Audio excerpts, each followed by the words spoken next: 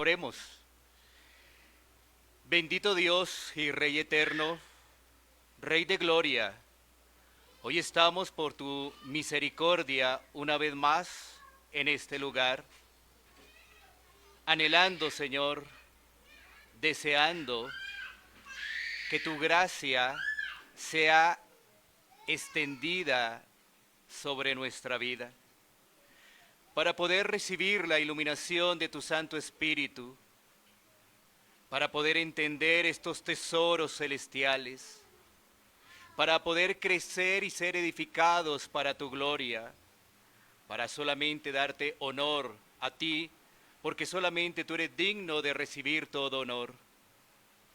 Pero para ello, Señor, necesitamos de ti, necesitamos de esa gracia que solamente proviene de lo alto, para poder entender este texto, para poderlo vivir y aún para poder ser de ejemplo ante los demás. Concédenos, Señor, ese privilegio de poder entender tu palabra a cada uno de nosotros. Y permítenos, Señor, ser de edificación. Y amado Dios, ruego por mi vida para que me des el aliento y la fuerza para poderlo hacer. En el nombre de Cristo Jesús, amén. Muy bien, podemos sentarnos.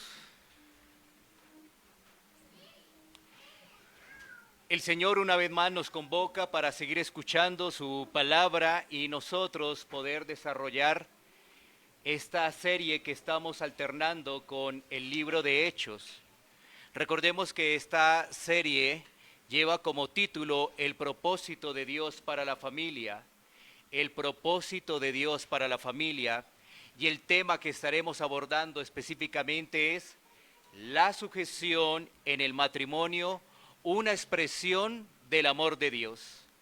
La sujeción en el matrimonio, una expresión del amor de Dios. Miremos lo siguiente. Hablar de sujeción hoy en día parece llamado a recoger, ya que la sociedad está permeada por el anarquismo y esto lleva a pensar que cada quien puede hacer lo que quiera. Analicemos lo siguiente.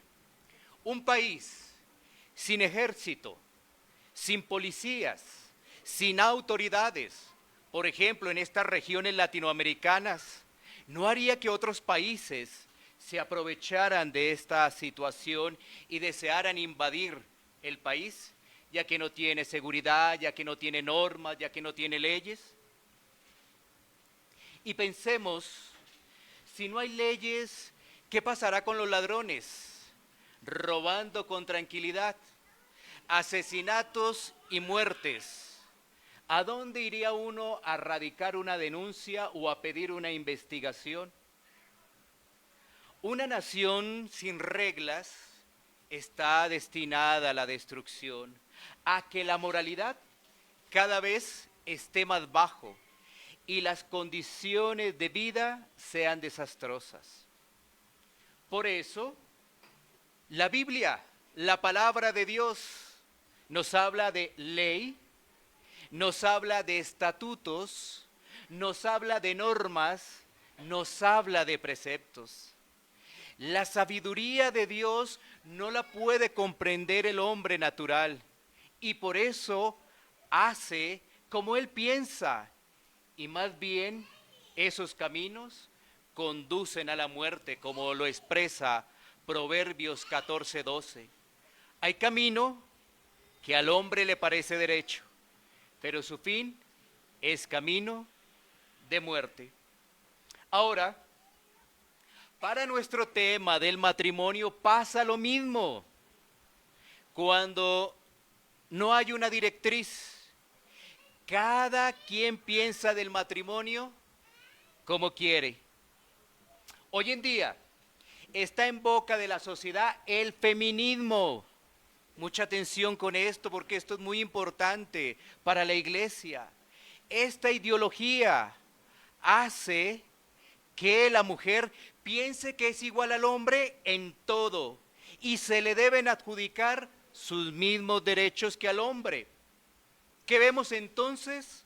A la mujer realizando trabajos rudos, como cargando cosas pesadas, bultos pesados de cemento, en obras de construcción, en deportes de maltrato físico, como el boxeo, la lucha libre, levantamiento de pesas, y otros donde el mundo realmente las esclaviza.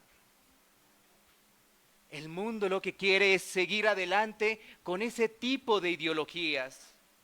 Pero ¿esto por qué sucedió? Bueno, las mujeres han expresado que por el machismo, es decir, el control que deseaba tener el hombre sobre la mujer y no dejarla avanzar, no dejarla progresar. Con base a esto, a ese argumento, ellas se rebelan y quieren tener las mismas condiciones del hombre. Pero, ¿esas ideologías son verdad? ¿Cuál es el balance de esas ideologías? ¿Realmente han hecho que los matrimonios estén unidos y fortalecidos? Pensemos un poco, analicemos si realmente ese tipo de ideologías han permitido que los matrimonios hoy en día sean más sólidos. Mentira, nada de eso. Por el contrario, esas son ideologías de las tinieblas y de la carne. Miremos algunas cifras aquí en Colombia, en nuestro país. De los primeros 3 meses de este año, 2023, en Colombia, según las estadísticas, 2.133 parejas rompieron su relación de matrimonio en el primer trimestre. Es decir, 28 diarias y una cada hora, según la estadística del Consejo Nacional de Notarios. 2.133 parejas. ¿Cuáles son las causas que esgrimen estas parejas? ¿Que no se comprendieron? ¿El tema económico? ¿Que no están dispuestos a contribuir ambos en igual forma para el sostenimiento del hogar? ¿O que simplemente quieren llevar su vida de solteros? ¿Si te das cuenta las razones que esgrimen? ¿No se entienden? ¿No aportan por igual o quieren llevar su vida de solteros como si nada? ¿Realmente serán razones válidas? Por eso decimos que cada quien está definiendo el matrimonio de acuerdo a su conveniencia. Expresan que por cualquier argumento se pueden separar. De igual forma viven su matrimonio a su antojo, porque algunos, ¿sabes qué? Se casan con muñecas de trapo, con animaciones holográficas, con objetos inanimados, con personajes de videojuegos, con árboles, con teléfonos móviles, con robots, entre otras locuras. Y después dicen que el cristiano es el que parece como loco o parece como fanático. Ahora, a este panorama hay que agregarle que la familia tradicional está cada vez más relegada. Ahora muchas familias se componen de 2 personas del mismo sexo y las mascotas obran como si fueran sus hijos. ¿Qué tenemos hoy en día con todo esto? Pues el crecimiento de diferentes ideologías y todo esto ya está circulando en la iglesia. ¿Pero por qué pasa esto? Porque aquellos que se dicen ser cristianos no leen la Biblia y por ende no ponen en práctica el modelo de las Escrituras para la familia y para el matrimonio. ¿Qué estamos observando hoy en día en las iglesias evangélicas? El aumento de divorcios. Así es. También está circulando todo extravío sexual. Uno pensaría que los cristianos evangélicos no se separan, pero sí se separan. Qué tristeza eso, porque se está afectando la familia y debemos recordar que la familia es un diseño de Dios. La familia es un diseño de Dios. Precisamente el pasaje que hemos leído en la introducción nos hablará de lo fundamental que es la sujeción en toda la esfera de la sociedad y cómo la sujeción en el matrimonio es la manifestación del amor de Dios. En este pasaje el apóstol Pablo presenta la instrucción bíblica de la sujeción para el desarrollo de una vida cristiana, una nueva vida en Cristo. Entonces, somos llamados a sujetarnos en familia, las esposas y los hijos al esposo, en la iglesia a los ancianos, en la sociedad a las autoridades y los jefes. Esto es lo que nos dice la Biblia. Esto no lo podemos dejar atrás.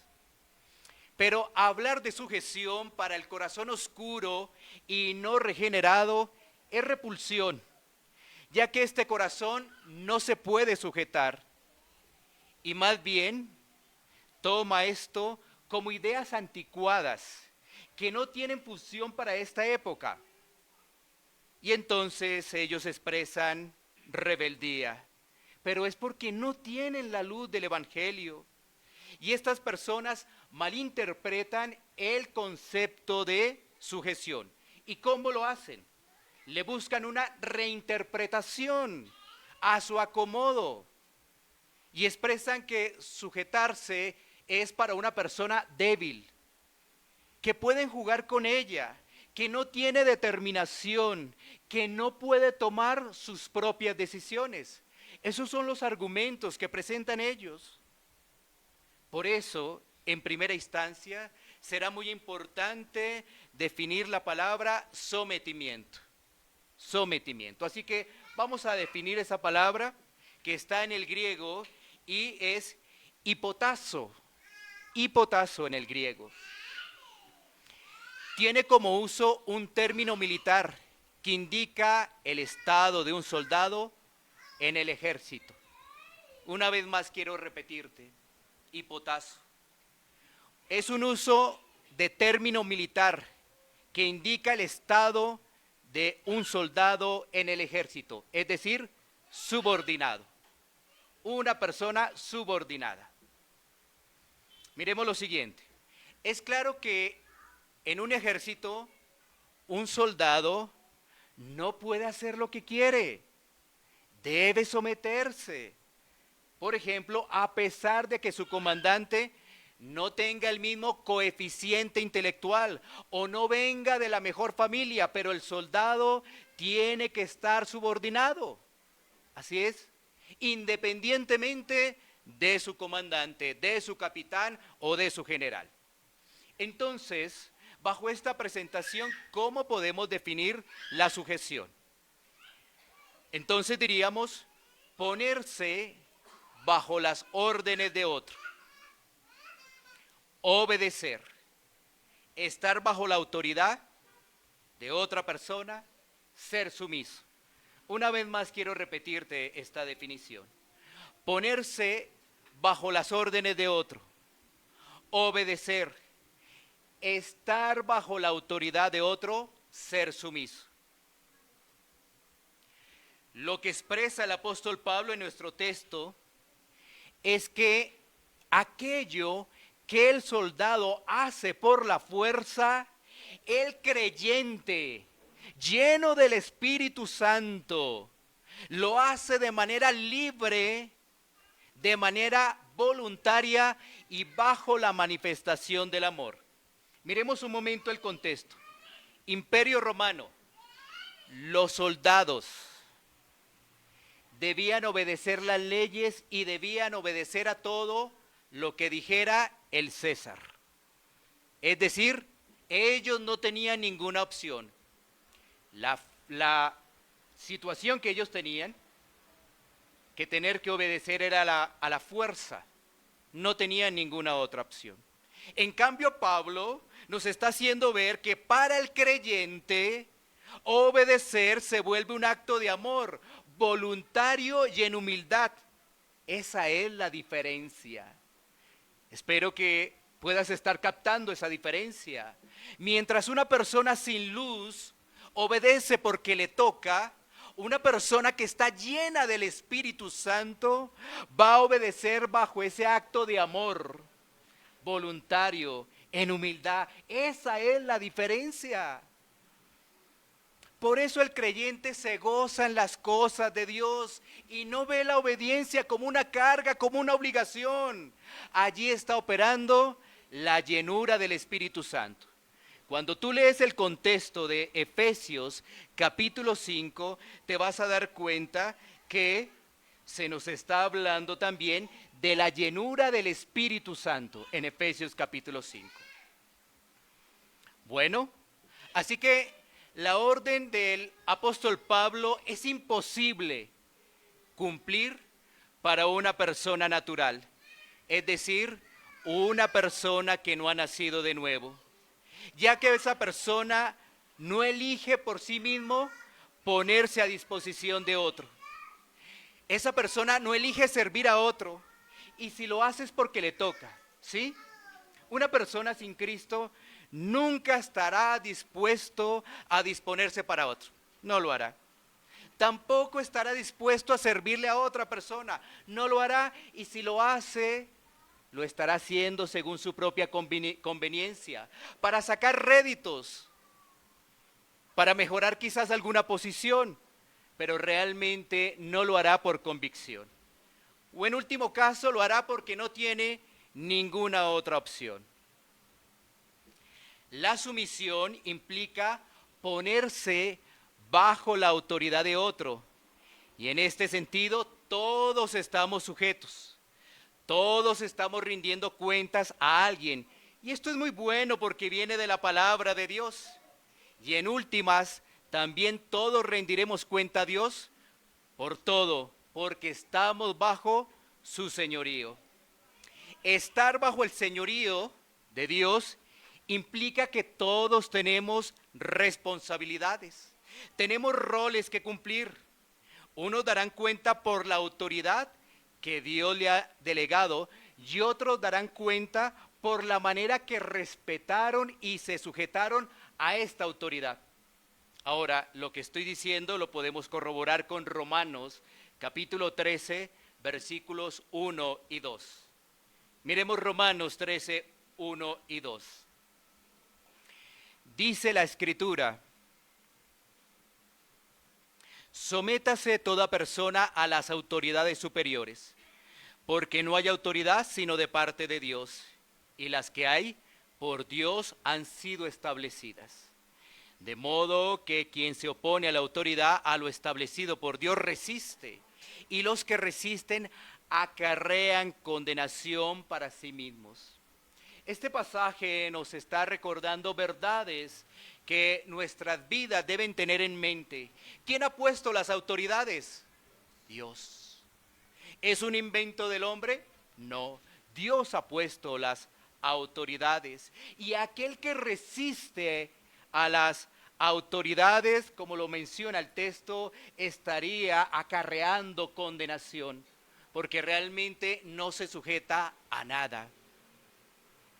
Así que la sujeción viene de Dios, no es un invento de los hombres.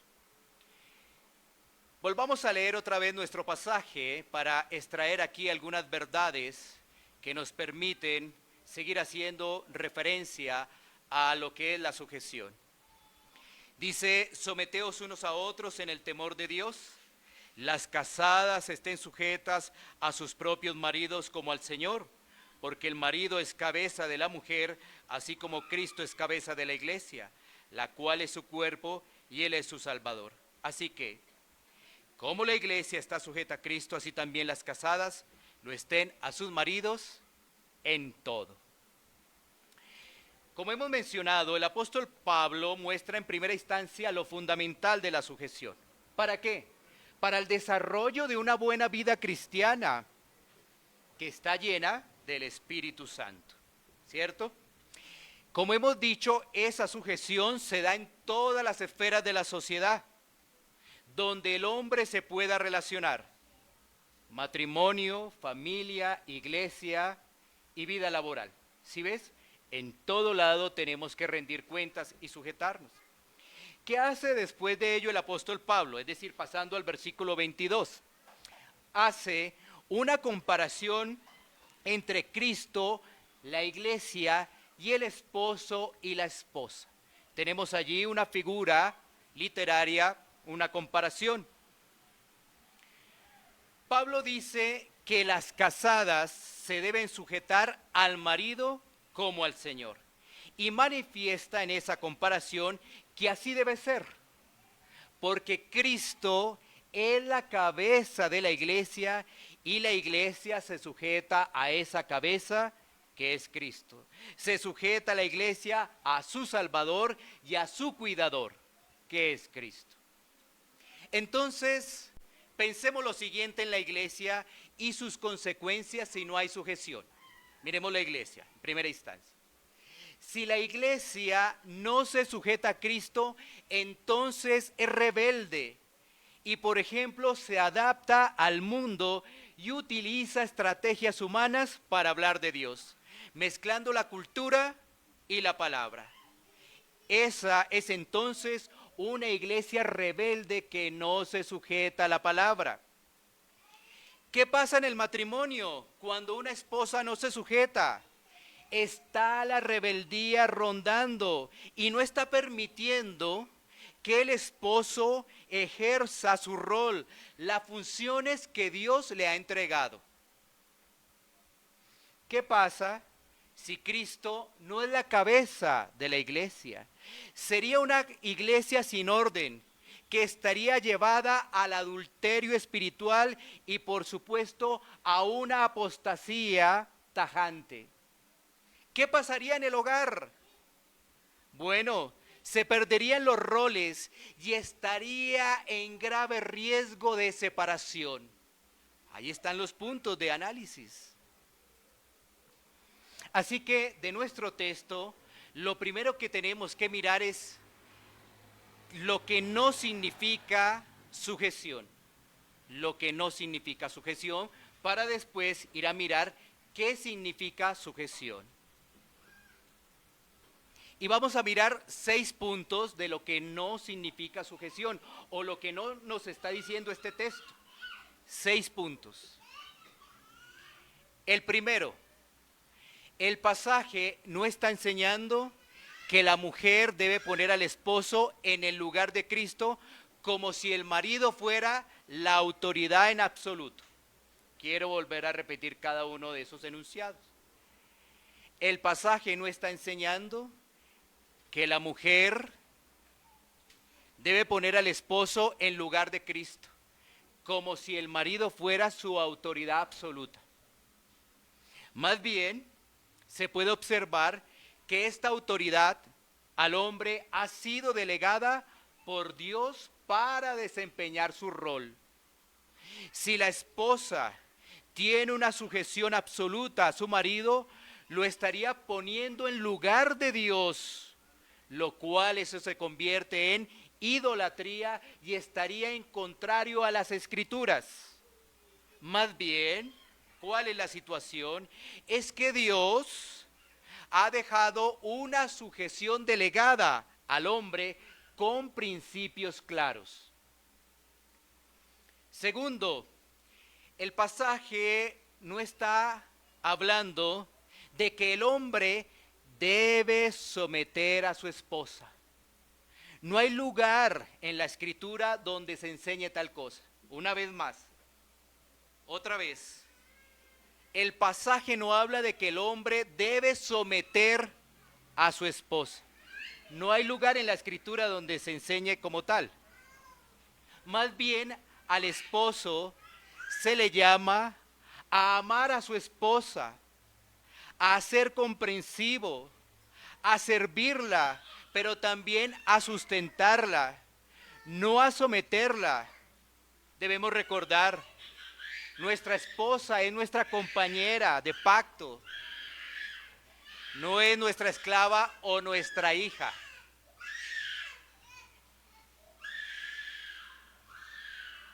Quiero volverte a repetir esta parte.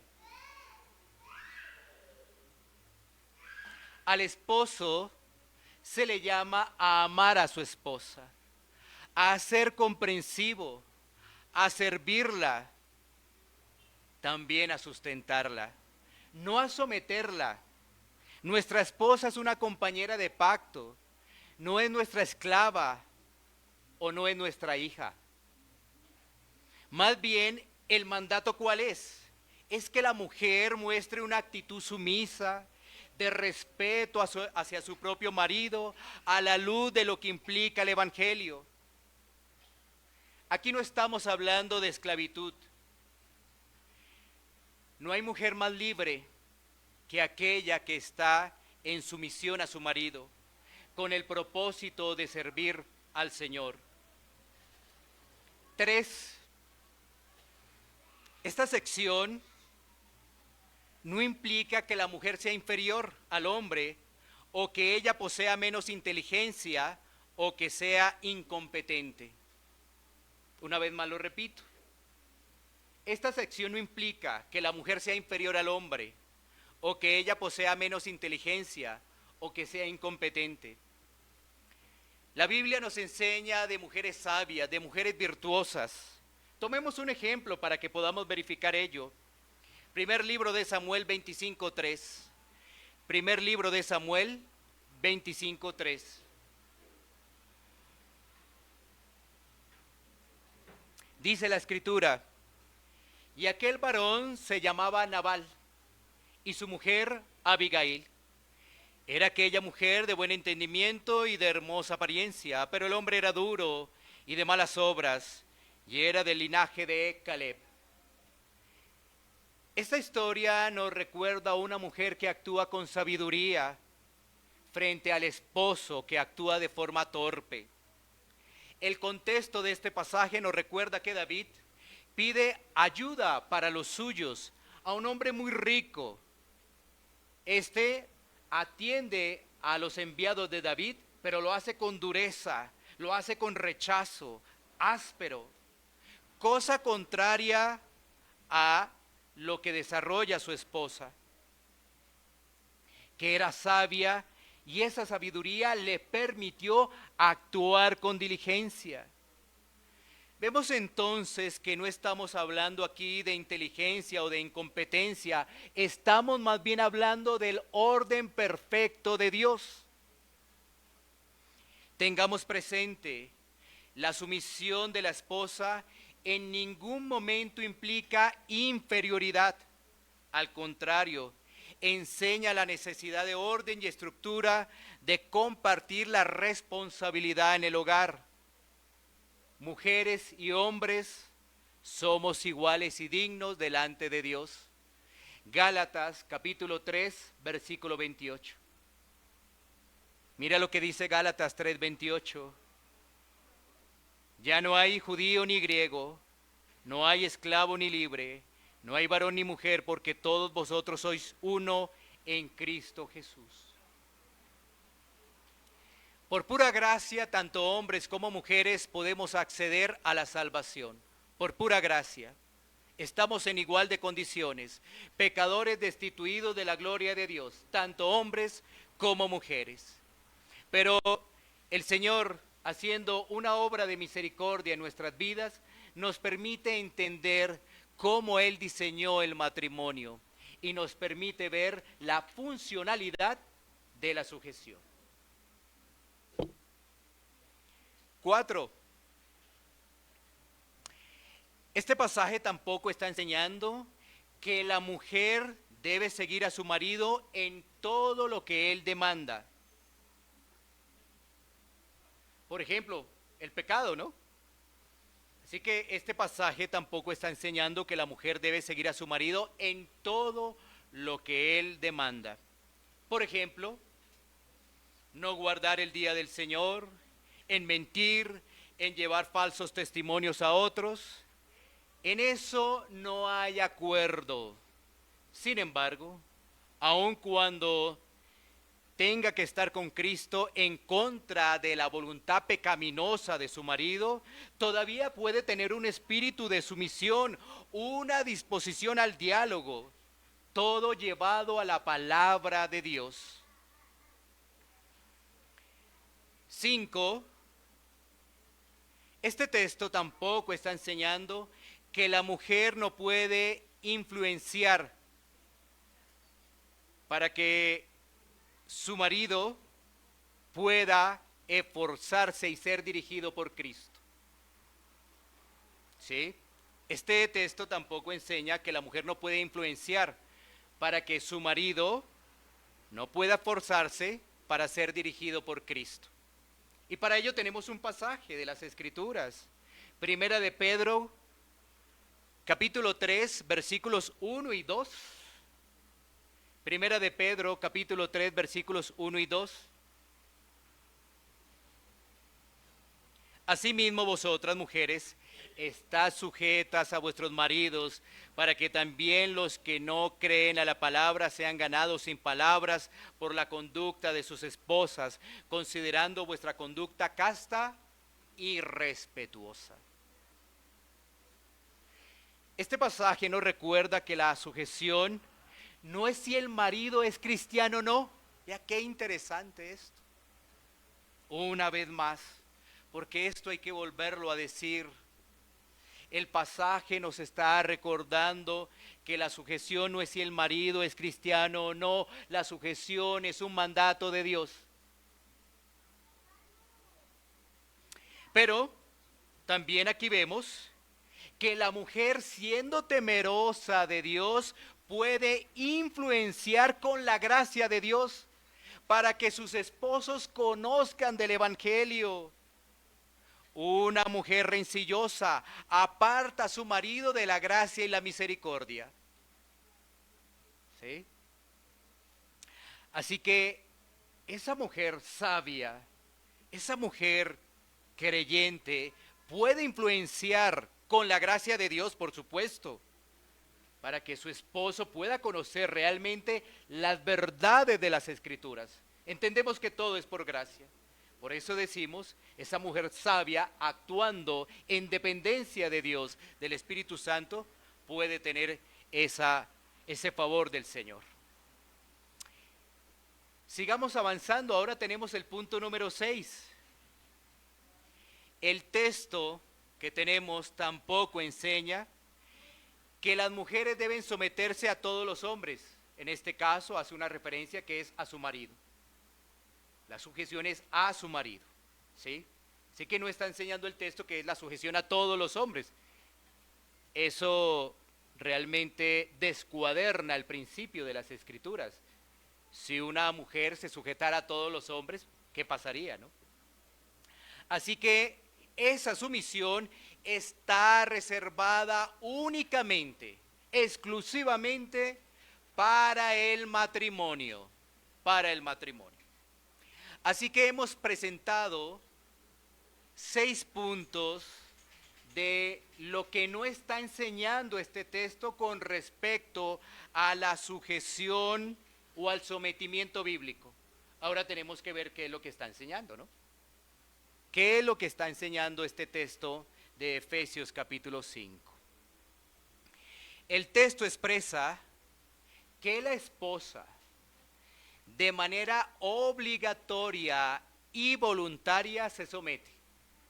Otra vez, este texto está expresando que la esposa, de forma obligatoria y voluntaria, se somete. Ahora, uno dice, bueno, ¿cómo así? Obligatoria, voluntario, ¿cómo así? Bueno, es que si tú te das cuenta, tenemos que ver el texto. Aquí lo que observamos es un imperativo, es decir, un mandato. No estamos hablando de un indicativo.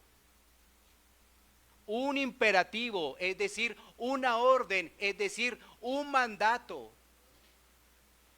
No habría opción, porque tendríamos que tomar nuevamente lo que observamos en Romanos. ¿Recuerdan lo que vimos anteriormente en Romanos? No es una opción, esto es un mandato. Pero comprendemos que la persona, si no está en Cristo, lo va a ver así, como una carga pesada, y que tarde o temprano va a explotar. Pero en cambio, si la persona recibe la luz del Evangelio, lo hará de forma voluntaria porque ha recibido el amor de Dios. ¿Sí? Entendemos un poco ya cuando se habla de forma obligatoria, pero también voluntario. Porque para aquellos que no tienen a Cristo, pues intentarán, porque su conciencia a veces los llama a decir, bueno, tocará, ¿qué más se hace? Bueno, obviamente la gente que está en su anarquía no ve nada de Dios en nada y ni siquiera tomará unos minutos para meditar en ello. Pero aquel que ha sido salvado, o en este caso si estamos hablando de la esposa, va a meditar en el amor de Dios. Va a meditar en el amor de Dios, que nos recuerda por lo menos 5 cosas meditar en ese amor de Dios, tanto para esposos como para esposas, pero estamos haciendo un énfasis a las esposas. Lo primero, ¿qué nos recordará ese amor de Dios? Que nosotros no teníamos ningún acercamiento con Dios. No había forma de que nosotros, por nuestros propios méritos, pudiéramos acceder ante Dios. No había forma. ¿Qué ocurrió? El amor de Dios se derramó. Segundo, que fue Él quien nos salió al encuentro. No que nosotros lo hayamos buscado, no que nosotros mostramos actitud, no que nosotros entendiéramos las Escrituras, fue que el amor de Dios se derramó. 3, Él nos liberó de la carga del pecado imposible para nosotros. No había forma de desligarnos del pecado, ya que una persona sin Dios está complaciente con el pecado. Todo lo que hace es pecado. Una persona sin Dios, todo lo que hace es pecado. ¿Y qué ocurre cuando llegamos a Cristo? Él nos libera de la carga del pecado. Por amor a los suyos, por amor a sus escogidos. 4, Él nos compró con su sangre tomando nuestro lugar. Es que era nosotros los que debíamos pagar. ¿Por qué? Porque somos pecadores, porque transgredimos las normas de Dios. Porque Él nos compró y porque Él tomó nuestro lugar. Cuando vamos a las Escrituras recordamos la inmensidad del amor de Dios. Y 5, ahora por pura gracia estamos en libertad y ya la obediencia no es pesada, sino ahora es un verdadero deleite. Todo eso por el amor de Dios. La obediencia no es pesada, ya es un deleite para nuestra vida. Que digan los demás lo que quieran. Nosotros nos deleitamos en el amor de Dios obedeciendo su palabra. Y lo hacemos con gozo, lo hacemos con alegría, esperando su regreso y algún día estar eternamente con Él. Ese amor plasmado en Cristo hace que las esposas se sujeten, ya no por obligación o por carga o porque les toca, sino que ahora lo hacen voluntariamente y en amor. Este mandamiento implica que la mujer debe tener un sincero respeto por su esposo, reconocer la autoridad que Dios le dio. Dios creó al hombre con facultades y poderes que lo capacitan a ser el líder de la casa. Y Dios hizo a la mujer de tal manera que ella fuera el complemento del hombre. Por eso dice la Escritura que le haré ayuda idónea. Esa palabra complemento que acabé de hacer referencia conlleva a la noción de sumisión. Su función principal es la de compensar una deficiencia en el hombre. Por eso, estos dos, el hombre y la mujer, llegan a ser una sola carne. Así que el énfasis está en que el hombre no solo es responsable por sí mismo, sino por su esposa y por su familia.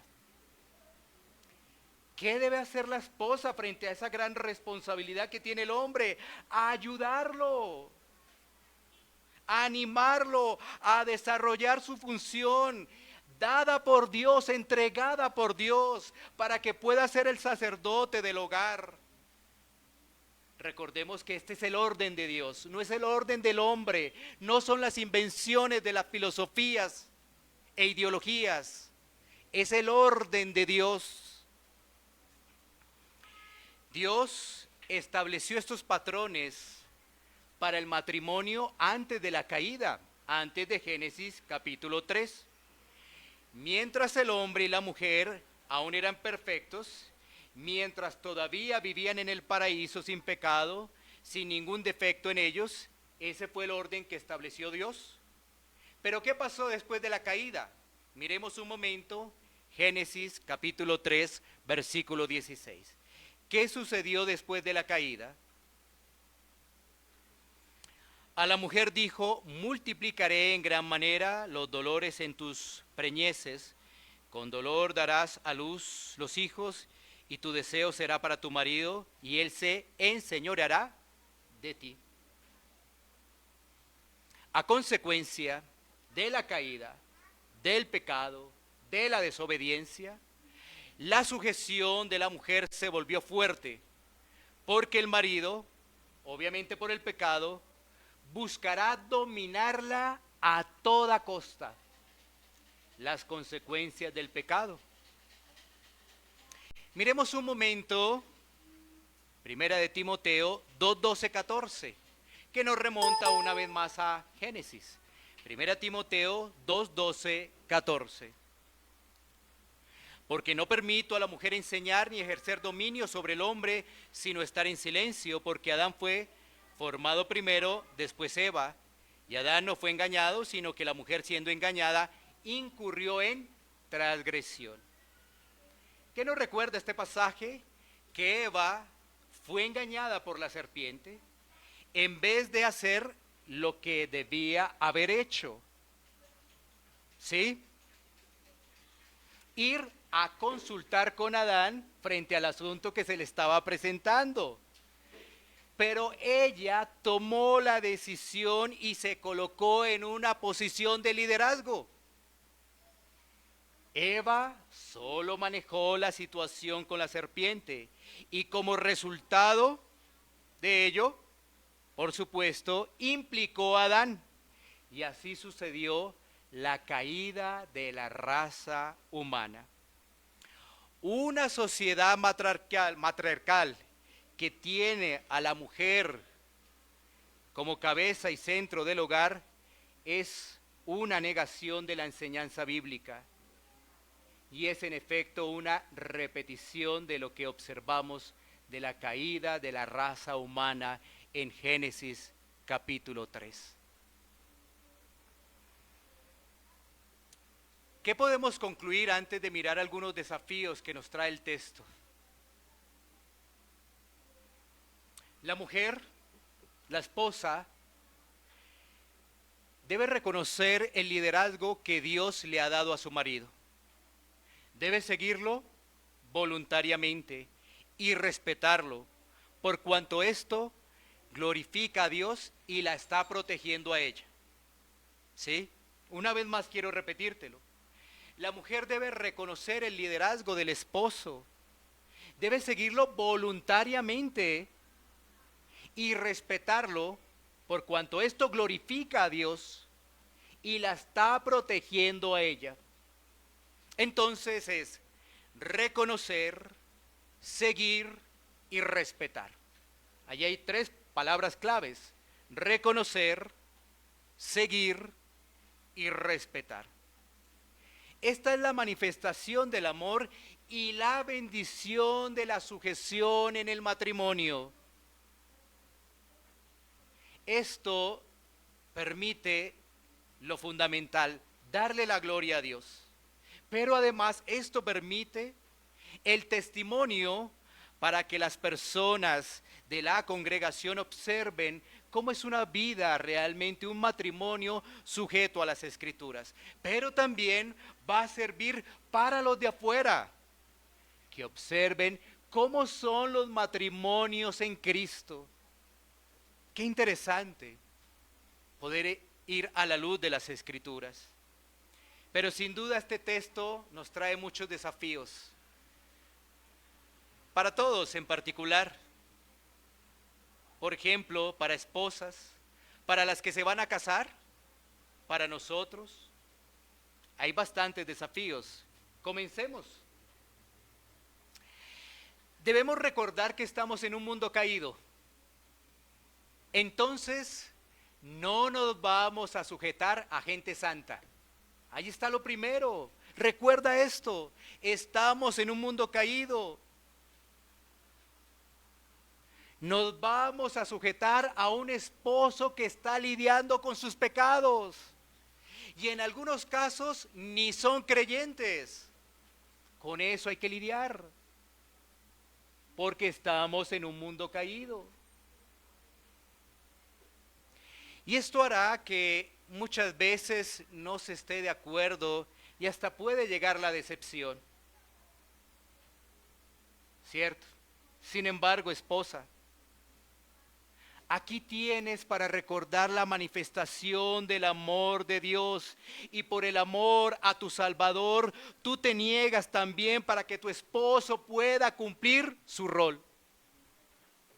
Esa es la manifestación del amor. Tú amando a tu Salvador, a tu Señor, quien te escogió, quien te salvó. Ahora, por ese amor, tú te niegas también para que tu esposo pueda cumplir ese rol. Y eso nos recuerda lo que nos dice Mateo 16:24. Mateo 16:24. Entonces Jesús dijo a sus discípulos: si alguno quiere venir en pos de mí, niéguese a sí mismo y tome su cruz y sígame. No hay forma de avanzar en un matrimonio de acuerdo al modelo de Dios si el orgullo, la prepotencia, la falta del diálogo hacen parte de la vida cotidiana de ese matrimonio. Pero, ¿qué puede estar sucediendo hoy en día? Que por causa del pecado en los matrimonios hay justificación. Y cuando la persona se justifica de su pecado, lo que nos está recordando es la actitud de la primera pareja, que no asume responsabilidades y más bien deja la culpa en otro. Entonces esos matrimonios no avanzan. Esos son los matrimonios modernos, los de hoy en día, los que no asumen responsabilidades. ¿Qué necesitan esos matrimonios? Necesitan reconocer que solo en Cristo ellos pueden llevar un matrimonio para la gloria de Dios. Solamente en Cristo. Un matrimonio en Cristo es una esperanza para las familias que no conocen de Dios. Así es. Un matrimonio en Cristo es una esperanza para las familias que no conocen de Dios. Pero una vez más, ¿qué es lo que se escucha en las iglesias? Que se están separando, que eran cristianos. ¿Qué pasó con ese matrimonio? ¿Sabes qué? Se separaron, ya no viven juntos, cada uno tomó su lugar. pero eran cristianos. Y entonces, ¿cómo crees tú que esa persona del mundo que escucha ese mensaje quisiera venir a escuchar la palabra de Dios? Si lo que escucha es que allá viven a sus anchas, viven con las ideologías del mundo, viven con el feminismo, viven con el machismo, cuando la Biblia nos habla de feminidad y masculinidad. Somos la luz, debemos dar ejemplo. La iglesia debe volver a las escrituras, a tener esto presente. La vida práctica, el día a día.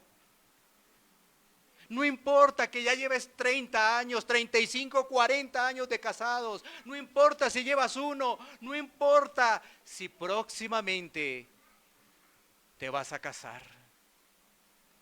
Son enseñanzas tan fundamentales que a los que llevamos mucho tiempo decimos, ay Dios mío, ¿cómo hemos perdido esto? Pero también tenemos la esperanza del Salvador, porque en Cristo no hay nada perdido, en Cristo hay esperanza. Un matrimonio en Cristo que se separa deshonra a Dios. No es buen ejemplo para los de adentro ni para los de afuera. Si unos se separan de acá, posiblemente otros lo harán. No es buen ejemplo, ni para los de afuera, como lo que mencionamos. Frente a este panorama, algunos consejos que nos pueden llevar a aplicaciones prácticas. A la futura esposa debe recibir esta instrucción bíblica y no dejarla pasar. Recordar que esto es para la gloria de Dios. La futura esposa, ya llegará el momento que esa futura esposa se dé cuenta que esto del matrimonio no es solamente de ojos. Es porque me gusta. No es solamente de ojos, no es solamente de apariencia, no. Ella tiene que ser instruida para que pueda ir a la palabra y examinar y calcular todo esto. Examinar y calcular todo esto para poder observar de una manera diligente el corazón de su futuro esposo. Así que las que se van a casar, tengan muy presente todo esto. Hay que calcular todo esto. No es solamente de apariencia, no es solamente de gustos. Es que era la persona que yo me imaginaba y con las características que yo tenía. No. Más bien, la invitación es a que las futuras esposas se asienten en la palabra y puedan descansar en la palabra de Dios. Para las casadas, ahora, ánimo y perseverancia. Ánimo y perseverancia. Ya que muchas veces, al no haber recibido esto, puede haber frustración. Pero el Señor no se equivoca. Si ya tienes un esposo, si ya tienes una familia, persevera. Ve a Cristo una vez más. Sé moldeada por Cristo y desarrolla la paciencia y ejerce tu rol de ser ayuda idónea sin quejarte. Hazlo con gozo. El Señor también está tratando tu orgullo. El Señor está trabajando en tu humildad. Y no olvides, esto es para la gloria de Dios. Esposos, hombres, caballeros, tenemos una gran responsabilidad.